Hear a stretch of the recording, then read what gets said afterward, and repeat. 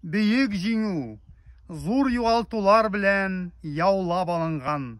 Безнең Шабагыш авылыннан туган илебезне сакларга 49 ир-егет киткән. Нибары 25 фронтовик сугыштан әйләнеп кайта алган. 24 авылдашыбыз яу кырларында ятып кала.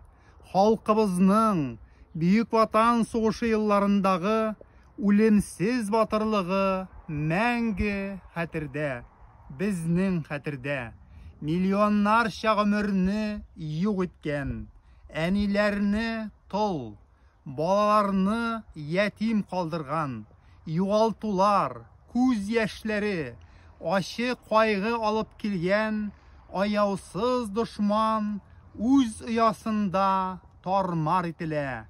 1945 елның 9 майы кешелек дөньясына бәхет, тынычлык, киләчәккә зур ышаныч алып килә. Без, тыныч тормышта үскән балалар, бөек җиңү көн якынайткан яугир авылдашларыбыз, колхоз басуларында, фермаларда көнне төнгә ялгап эшләгән тыл хезмәтчәннәре, сугыш елы балаларының исемнәрен зурлап телгә алабыз. Аларны без бер кайчанда онытмыйбыз. Туган илебез тарихы Бөек Ватан сугышы елларында кан белән язылган. Хәтер яши икән, димәк, без яшибез.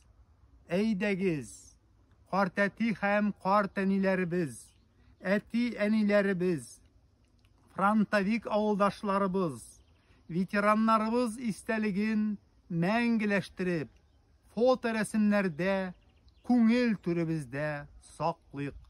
Онытмыйк, онытырга хакыбыз юк. Хәтер мәңгелек.